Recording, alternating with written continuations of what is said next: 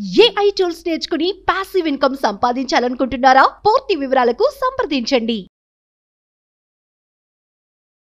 నమస్తే విజయ పెద్దన గారు. నమస్తే ఉషా. ట్రెండ్ మారింది, కల్చర్ మారింది, అప్డేట్ అయ్యామని మనం దేని గురించి మాట్లాడినా ఫస్ట్ ఆ మాటలే తీసుకొస్తూ ఉంటుంటారు.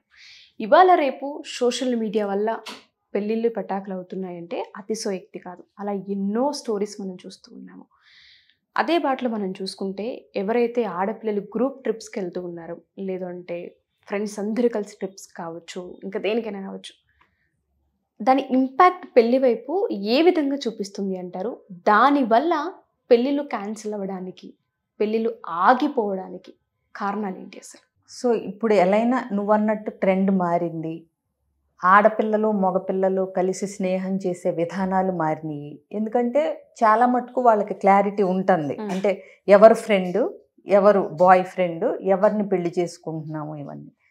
బట్ కొంతమంది విషయాల్లోకి వచ్చి చూస్తే ఏంటంటే బాగా క్లారిటీ ఉండి వాళ్ళకి ఏం కావాలో తెలిసిన అమ్మాయిలు కానీ అబ్బాయిలు కానీ ఆ క్లారిటీ ఉండి వాళ్ళు బౌండరీస్ సెట్ చేసుకుని ఇది ఫ్రెండ్షిప్, ఇది లవ్, ఇది మ్యారేజ్, వాటికి లైన్లు గీతలు బాగా తెలిసి ఒకదాన్ని ఒకటి ఓవర్లాప్ చేయకుండా ఉన్నవాళ్ళు they are enjoying the trend నువ్వనేది. అంటే ఈ కాలం పిల్లలు అన్నట్టు. బట్ కొంతమంది తెలిసి తెలియక అవగాహన లేక, కొంతమంది అంటలా ఎక్కువ మంది ఇదే ఇప్పుడు నేను చెప్పే దానిలోకే వస్తున్నారు. ఆ అవగాహన లేక ఏంటంటే పులిని చూసి నక్క వాత పెట్టుకున్నట్టు కొంతమందికి నేను అన్నాను క్లారిటీ ఉంది, వాళ్ళకి కెరియర్ మీద కూడా క్లారిటీ ఉంటుంది. ఏం చదువుకోవాలి, ఎక్కడ చదువుకోవాలి, ఎలాంటి ఉద్యోగం కావాలి, ఎలాంటి అమ్మాయిని పెళ్లి చేసుకోవాలి, ఎలాంటి అమ్మాయిని ఇష్టపడి పెళ్లి చేసుకోవాలి, ఇవన్నీ వాళ్ళకి క్లారిటీ ఉంటుంది. వాళ్ళతో అసలు ప్రాబ్లం లేదు, ఎందుకంటే వాళ్ళకి తెలుసు వాళ్ళకి ఏం కావాలో. బట్ ఎక్కువ మందికి అది తెలియక ఏంటంటే ఈ ఒక ఫ్లోలో పడి కొట్టుకుపోతూ సోషల్ మీడియాలో ఇలాగ నువ్వు అన్నట్టు ట్రిప్స్కి వెళ్ళటం, ఇంట్లోనేమో అందరు అమ్మాయిలనే చెప్తారు, వెళ్ళేటప్పుడు అందులో అబ్బాయిలు కూడా ఉంటారు. అబ్బాయిలు కూడా ఉన్నారు అంటే తల్లిదండ్రులు భయపడి పంపించరేమో అని చెప్పి చెప్తారు. ఒక అబద్ధమో నిజమో, సరే నిజం చెప్పి ఆనెస్టీగా వెళ్ళేవాళ్ళు ఉండొచ్చు. వెళ్ళినప్పుడు ఏంటంటే ఇవాళ రేపు సోషల్ అంటే డ్రింకింగ్ అనేది అమ్మాయిలకి అబ్బాయిలకి కామన్ అయిపోయింది. అదో ట్రెండ్ అంటారు. అది కూడా ఒక ట్రెండే. ఇప్పుడు తాగని అమ్మాయి కూడా ట్రెండ్లో లేనట్టే. కాబట్టి సినిమాల దగ్గర నుంచి అన్నీ ఎక్కడ చూసినా ఏంటంటే సిగరెట్లు, మందు అమ్మాయిలు కూడా విచ్చలవిడిగా విరివిగా తాగొచ్చు అన్నట్టే చూపిస్తున్నారు. అంటే డిస్క్రిమినేషన్ లేదు, ఇప్పుడు ఈక్వాలిటీ కదా. సో అది వచ్చేసింది. సో ఈ అమ్మాయిలు అబ్బాయిలు డ్రింక్ చేసి ఫోటోలు తీసుకుని అవి ఎంతవరకు సోషల్ మీడియాలో పోస్ట్ చేయాలి అనే ఇంగితం కూడా ఉండట్లేదు. ఒక్కొక్కసారి అనిపిస్తుంది వీళ్ళు అంటే కాన్షియస్లో ఉండి పెడుతున్నారా, సోయలో స్పృహలో ఉండి, లేదంటే ఆ డ్రింక్ చేసిన మత్తులో ఉండే ఏం ఫోటోలు పెడుతున్నామో కూడా చూసుకుంటున్నారా, చూసుకోవట్లేదా. ఇంకొంతమందిని చూస్తే అనిపిస్తుంది ఈ ఫోటోలు అప్లోడ్ చేయడానికే ఈ ట్రిప్లకి వెళ్తున్నారా. నిజంగా ఎందుకు అంటే అయ్యుండొచ్చు. ఎక్కడికి వెళ్తున్నారు, ఎక్కడున్నారు, ఏం చేస్తున్నారు, ప్రతిదీ అప్డేట్. బ్రష్ చేసుకున్నారా, స్నానం చేశారా, ఇంత డీటెయిల్డ్ గా పెట్టే వాళ్ళు పోస్టులు. తిన్నామని, పడుకున్నామని. ఇప్పుడు ఒకటి ఇలా పెట్టినప్పుడు ఏమవుతుందంటే ప్రస్తుతానికి ఒక అబ్బాయి ఒక అమ్మాయి ఇష్టపడుతున్నారు అనుకోవచ్చు. సో అది ఎంతవరకు ఉండాలి, ఎంతవరకు నువ్వు దాన్ని ప్రచారం చేయాలి, ఎవరికి అవసరం, నీకు బాయ్ ఫ్రెండ్ ఉన్నాడనే సమాచారం అసలు ఎవరికి అవసరం? సమాజానికి ఏం అవసరం లేదు, అవునా? ఇదేమి మీరు అంటే ఉద్ధరించే పని కానీ ఏది అవసరం లేదు. పెట్టుకున్నారు, ఒక ముచ్చటగా ఎంతవరకు పెట్టుకోవాలో అంతవరకు పెట్టుకోవచ్చు. It's your personal choice. But మీ వస్త్రధారణ ఎట్లా ఉంది, మీరు ఏ పొజిషన్లో ఉన్నారు, మీరు ఏ ఫోటోలు పెడుతున్నారు, ఇది నేను ఎందుకు మాట్లాడుతున్నాను అంటే ముద్దులు పెట్టుకునేవి ఇలాంటి ఫొటోస్ కూడా చూశాను నేను కొంతమందివి సోషల్ మీడియాలో. సో ఇవి పెట్టుకోవటం వల్ల ఈ అంటే ఒక రకంగా పిచ్చిమొహాలు, అంటే రేపేమవుతుంది, అసలు ఇదేంటి, మనం ఎందుకు పెడుతున్నాం, ఏ ఉద్దేశంతో పెడుతున్నాం, ఏమి చెప్పాలని పెడుతున్నాం, మన గురించి ఏం చూపించుకోవాలని పెడుతున్నాం అనే ఒక అవగాహన కానీ ఏమీ లేదు. సంస్కారం కానీ ఏమీ ఉండవు. ఉండకుండా పెట్టడంతో ఏమవుతుంది, ఇప్పుడు అన్ని ఇన్స్టెంట్ మ్యాగీ నూడిల్స్ లాగా పెళ్ళి అయిపోతుంది, 2 minutesలో 2 monthsలో డివోర్సులు కూడా అవుతున్నాయి. అన్ని ఇన్స్టెంట్ నూడిల్స్ టైప్లో అయిపోయింది. ఇలా అవుతున్నప్పుడు నువ్వు ఎవరితో అయితే ఫొటోస్ పెట్టావో, సోషల్ మీడియాలో ప్రచారం చేసుకుంటున్నావో, ఈచ్ అండ్ ఎవ్రీథింగ్, ఒకవేళ వాళ్ళని గనక చేసుకోని పరిస్థితులు వచ్చినప్పుడు how can you explain that? అంటే నువ్వు ఎక్స్ప్లెయిన్ చేయాల్సిన పొజిషన్లో పడిపోయావు. ఇఫ్ రేపొద్దున పెళ్ళైన అతను సోషల్ మీడియాలో ఈ ఫోటోలు ఇవన్నీ అంటే చూసి తర్వాత వెలుగులోకి వచ్చినప్పుడు ఇబ్బంది అవుతుంది. ముందే తెలిసి చేసుకుని అంత ఓపెన్గా ఆనెస్ట్గా నాకు ఇట్లా ముందు ఒక అతనితో అనుకున్నాను, అతన్ని ఇష్టపడ్డాను, కానీ అది పెళ్లి దాకా రాలేదు, ఇప్పుడు ఇది అని చెప్పి ఓపెన్గా ఉన్నప్పుడు అదొక రకం.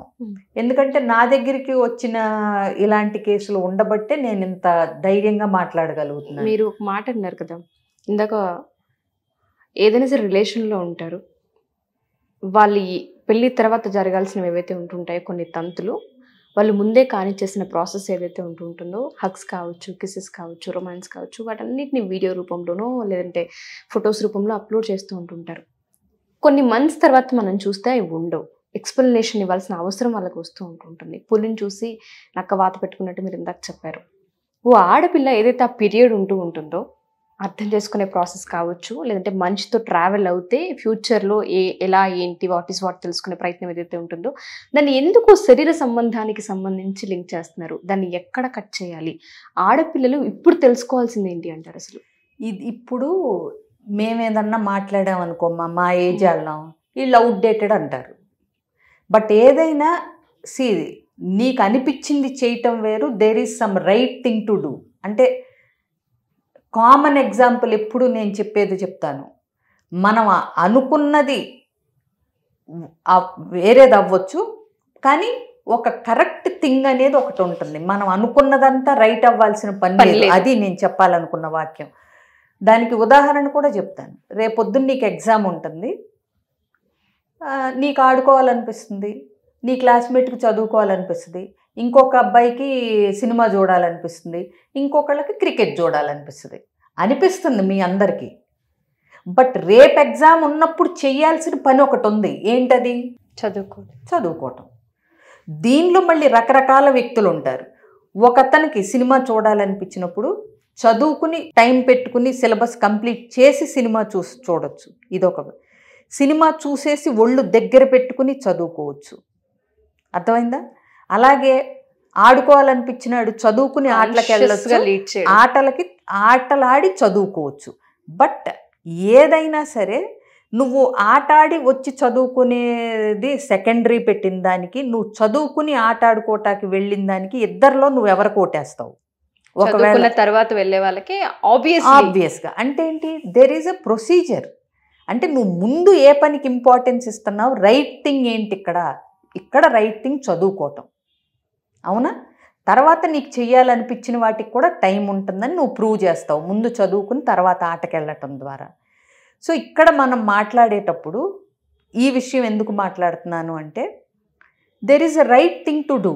అంటే మనకు ఒక బౌండరీస్, అంటే విచ్చలవిడితనంగా వెళ్ళిపోకుండా ఒక మనిషి తను చూసిన ప్రతిదీ లేకపోతే అనుకున్న ప్రతిదీ చేస్తే ఆపదల పాలవుతాడు, చిక్కులు వస్తాయి, ఇబ్బందులు వస్తాయి అనే ఒక బౌండరీస్ అనేది సెట్ చేసుకుని మనమే పెట్టుకున్నాం. ఎవరి కోసమో కాదు. అర్థమైందా? లేకపోతే ఒక పద్ధతి పాడు లేకుండా, ఒక బౌండరీస్ లేకుండా విచ్చలవిడితనం అయిపోతుందని చెప్పి మనం తెచ్చుకున్న బౌండరీస్ ఇవి.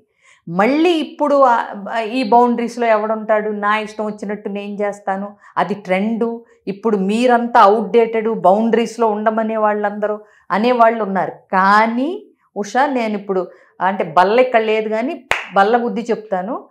బౌండరీస్ పెట్టుకుని నీకు అనిపించిందల్లా చెయ్యాలనే గ్రాటిఫికేషన్ని ఆపుకుని, ఏది right thing to do, parents సలహాలు తీసుకుని, పెద్దవాళ్ళ ఆమోదం దేనికి ఉంది, ఇవన్నిటినీ కొద్దో గొప్ప బుర్రతో ఆలోచించి అడుగేసిన ప్రతి వాళ్ళు సుఖపడుతున్నారు. ఇవి కాకుండా మా ఇష్టం మాది, మీరు చెప్పేదంతా ఆవకాయ పచ్చడి, బూజు పట్టిపోయిన కాలం, నాటి కబుర్లు అని చెప్పి ముందడుగు వేసి విచ్చలవిడితనంతో ధైర్యంగా అనుకుంటూ ముందుకు అడుగేసిన వాళ్ళందరూ ఇవాళ ఎమోషనల్గా ఇబ్బంది పడుతున్నారు. అది నేను చెప్పేది, ఎమోషనల్గా, సైకలాజికల్గా. అందుకే కదా ఈ డిప్రెషన్లు, యాంగ్జైటీలు ఇవన్నీ అందుకే వస్తున్నాయి కదా. నువ్వు ఎక్కడ వరకు అడుగు వెయ్యాలి, ఎక్కడ లోపల అడుగు తీసుకోవాలి అనేది తెలియనప్పుడు నీకు వచ్చేవన్నీ ఇబ్బందులే. ఈ ఇబ్బందులు మీతో ఆగట్లేదు, మీ పేరెంట్స్కి వస్తున్నాయి. వాళ్ళు నలుగురిలో సమాధానం చెప్పలేని పరిస్థితికి వస్తున్నారు. అది చూసి మీరు చేతులు గాలేక ఆకులు పట్టుకుని మీకు అన్ని రకాల మానసిక సమస్యలు వస్తున్నాయి. అవునా? సో ఇదంతా ఏంటంటే సగం దరిద్రం, సగం పైగా దరిద్రం ఈ సోషల్ మీడియా. అసలు మీరేం చేస్తే ఎవరికి కావాలి? ఈ లైకులు, ఈ ఫ్లోలో పడి చదువుని నిర్లక్ష్యం చేసి, కెరీర్ని నిర్లక్ష్యం చేసి, ఒక రిలేషన్షిప్కున్న ఒక పవిత్రతని నిర్లక్ష్యం చేసి ఏం సాధిస్తారో అర్థం కాదు.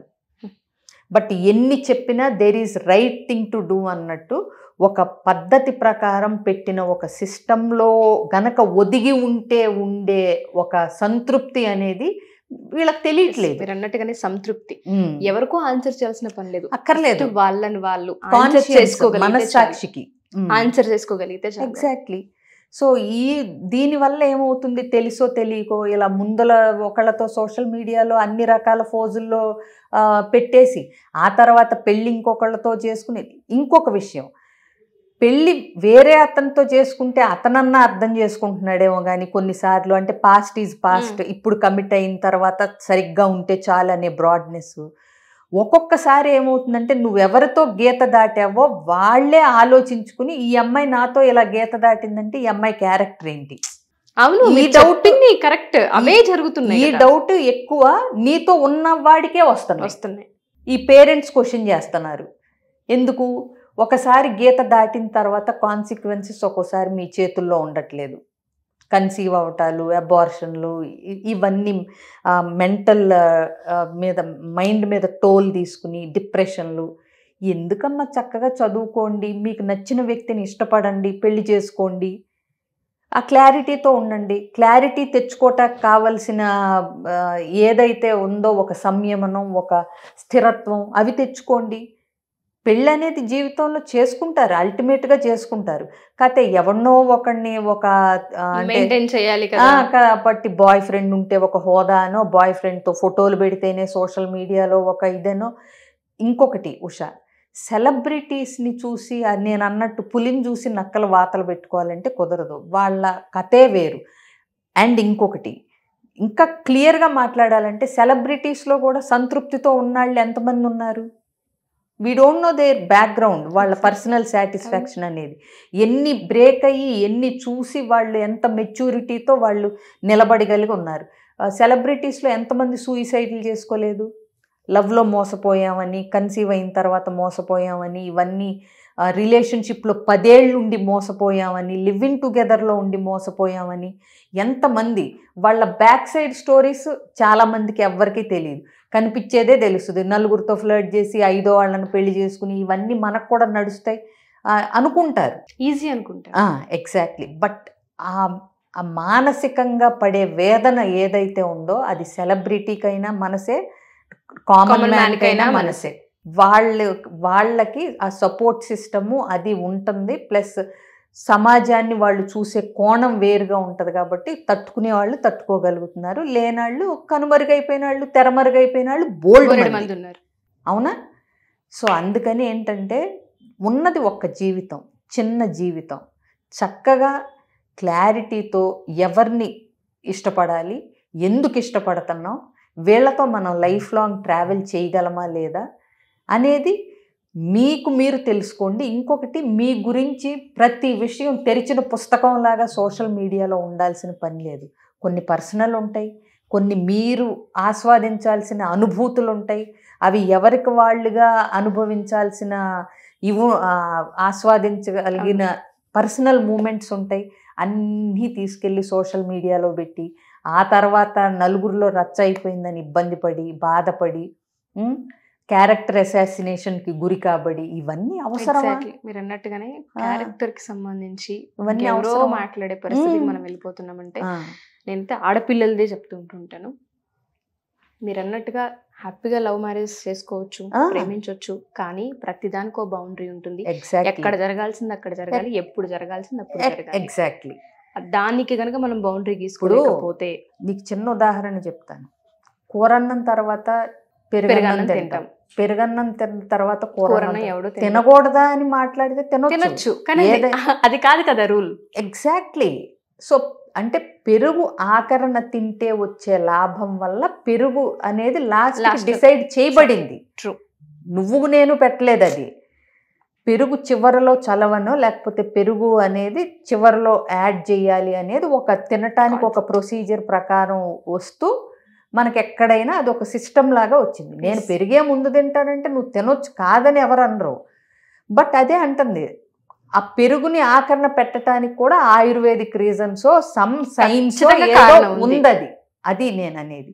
కాబట్టి నువ్వు అట్లా తిన్నాక నీకు అది ఆరోగ్యకరంగా ఉంటావు. నువ్వు లాంగ్ రన్లో ఆరోగ్యంగా ఉండాలంటే ఒక పద్ధతి ప్రకారం చేతులు కడుక్కుని భోంచేసి తిని మళ్ళీ చేతులు కడుక్కుని ఒక పద్ధతి ఉంది. ఇది ఇంకొకటి, నువ్వు పెరుగు ముందు తిన్నా నీ జీవితం ఏం అతలాకుతలం అయిపోదు. కానీ కొన్ని విషయాలు పెళ్ళికి తర్వాత జరగాల్సినవి నువ్వు ముందు చేసి ఎవరితో చేసి ఇవన్నీ మళ్ళీ కన్ఫ్యూజన్లు క్రియేట్ అయినప్పుడు డెఫినెట్గా నీకు ఇంకా ఎక్కువ నష్టం ఉంటుంది. పెరుగు కూర వల్ల పెద్ద నష్టం ఉండకపోవచ్చు. ట్రూ. బట్ ఏదైనా నువ్వు అన్నట్టు ఎప్పుడు జరగాల్సింది, ఏ వరుసలో జరగాల్సింది, ఏ క్రమంలో జరగాల్సింది, ఆ క్రమంలో జరిగితే మనశ్శాంతి, సంతృప్తి. ఇవి అలా కాకుండా ఎడాపెడా జరిగితే జీవితం కూడా అలాగే ఉంటుంది. ఎగ్జాక్ట్లీ. వండర్ఫుల్ అండి. ఎవరైతే మా ఈ వీడియో చూస్తారో పేరెంట్స్ కావచ్చు, స్టూడెంట్స్ కావచ్చు, ఒక్కసారి ఒంటరిగా కూర్చొని వీడియో చూసే ప్రయత్నం చేయండి. జీవితంలో చాలా విషయాలు మనకు అర్థమయ్యే అవకాశం ఉంటుంది.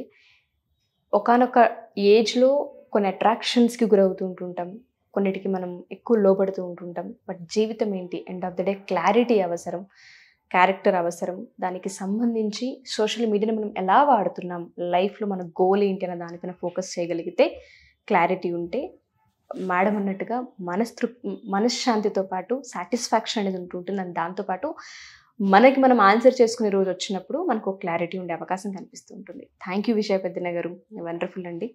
చాలామందికి వీటిపైన క్లారిటీ లేకుండా ఆ మొమెంట్లో అయిపోతూ ఉంటుంటే, మీరు అన్నట్టుగా కాన్షియస్లో ఉండి చేస్తున్నారో ఏంటో తెలియదు, కానీ అంతా అయిపోయిన తర్వాత చాలా బాధపడుతూ ఉంటుంటారు, డిప్రెషన్లని, యాంగ్జైటీలని వెళ్ళిపోతూ ఉంటుంటారు. అలా కాకుండా ప్రతిదానికి ఒక బౌండరీ ఉంటుంది, ఒకదాని తర్వాత ఒకటి జరగాల్సిన అవసరం ఉంటుందని తెలుసుకోగలగాలి. Thank you ma'am, thank you so much. Suman టీవీలో మీ పర్సనల్ అండ్ బిజినెస్ ప్రమోషన్స్ కోసం కింది నెంబర్కి కాంటాక్ట్ చేయండి.